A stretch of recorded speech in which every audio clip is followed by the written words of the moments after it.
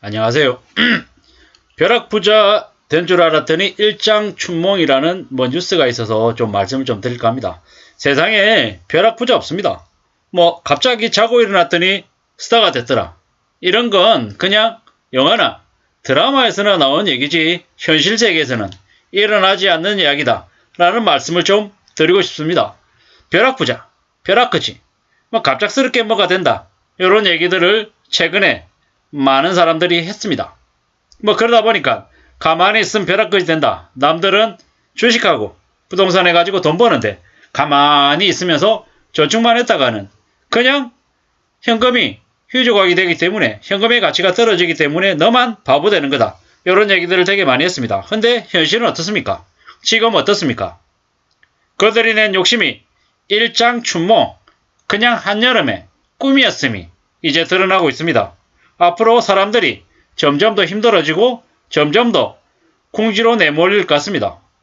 이제는 함부로 돈 있다는 얘기를 하면 안 되는 시대입니다. 잘못했다가는 큰 화를 입을 수 있기 때문입니다. 무리하게 돈을 빌린 사람들이 점점 더 어려워지고 있습니다. 사람들의 삶이 무서워지고 있다는 겁니다.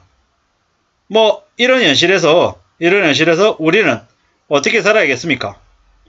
함부로 탐욕, 욕심, 기대를 갖지 말아야 되겠습니다. 세상이 뜻대로 흘러가지 않는다라고 생각하고 좀 정신을 차리고 살아야 된다는 말씀을 드립니다. 이제 주택담보대출 상단금리가 8%가 아니라 9%가 될 수도 있겠다라고 생각해야 되겠습니다. 미국이 연초에 0.25였습니다. 연말이 되면 4.5%가 된다고 합니다. 한국도 기준금리가 연말에 3.5가 된다고 합니다. 정상이 아니죠. 한국은 미국이 4.5면 한국이 5.5가 돼야 되는 게 현실입니다. 근데 지금의 정부가 그냥 가계부채 문제라고 얘기하면서 금리를 제대로 올리지 않고 있습니다. 한국은행 총재가 그의 역할을 제대로 안 하고 있다고 봐야 됩니다. 그러면 그에 대한 대가를 누가 치르겠습니까? 국민들이 다 치르게 되어 있습니다. 가계부채 때문에 무너지냐? 아니면 물가 때문에 무너지냐? 고환율 때문에 무너지냐? 어느 것 하나 기댈 데가 없는 데인데 지금의 정부는 사실상 쓰레기 같은 매국노 같은 인간들을 경제 관료로 기용하면서 한국의 경제가 더 암울해지고 있습니다. 이게 현실입니다. 미국이 내년에는 기준금리를 얼마까지 올릴까요? 연말에 4.5 만들고 나면 내년에 6%, 7%안 올린다고 누가 장담하겠습니까? 한국은 그러면 별일 없다? 괜찮다? 이럴까요? 절대 아니라는 겁니다.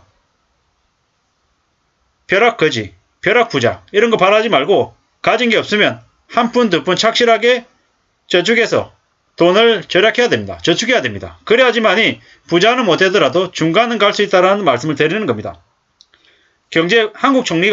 한국의 국무총리가 전기요금이 싸다라고 떠들어댑니다. 그러면서 더 올려야 된다고 개소리하고 있죠. 이게 지금 현재 한국의 국무총리가 하는 얘기입니다. 어처구니가 없죠.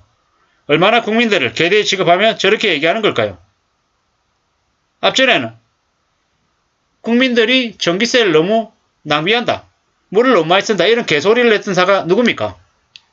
지금의 대한민국에 있는 여당에 있는 국회의원이라고 하는 작자들이 그런 개소리를 하고 다니죠. 앞으로 기준금리가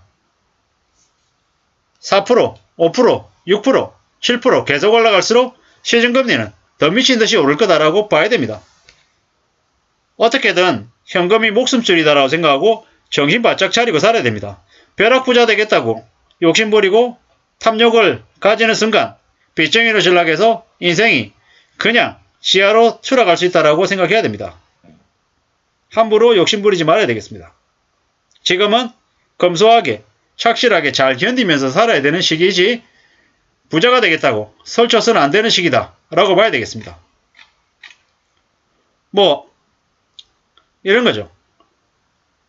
중국에 있는 시민이 주식 투자를 했는데 갑자기 돈이 엄청나게 늘어났다가 또 갑자기 빵이 됐다는 거죠.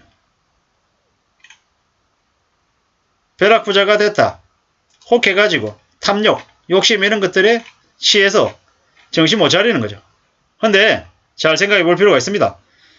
내가 노력하지 않고 얻은 재산은 금방 내 손을 떠날 수 있다는 거죠.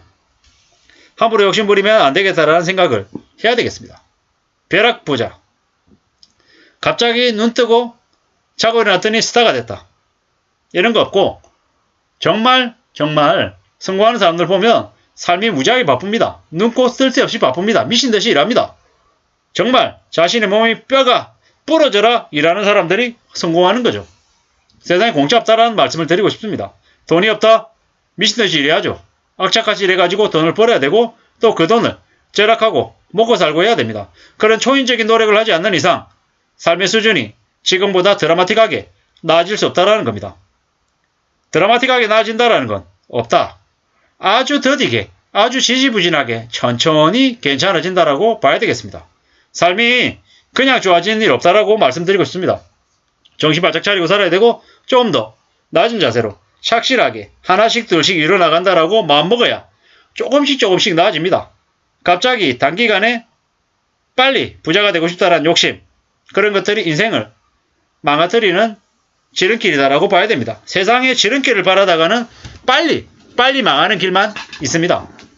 세상에 나도 부자 되고 싶고 너도 부자 되고 싶고 모두 다 잘 살고 싶습니다. 근데 잘 살고 싶다고 잘 사냐고요? 그건 별개죠. 사기치고 범죄 저지르고 이러는 거 빼고 정상적인 삶을 살면서 잘 되기 위해서는 정말 힘들고 어렵게 살 각오를 해야 됩니다. 궁핍하게 살면서 저축을 해야 원하는 것들을 이룰 수 있다는 거죠. 그런 거 없이 잘 되겠다라고 마음먹으면 벼락부자가 되겠다라고 욕심부리면 인생이 순식간에 뒤흔들릴 수 있다는 걸 명심해야 되겠습니다. 요즘 시대는 무섭습니다.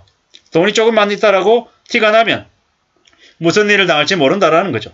또한 무리하게 빚내가지고 몰락가는 사람들도 되게 많습니다.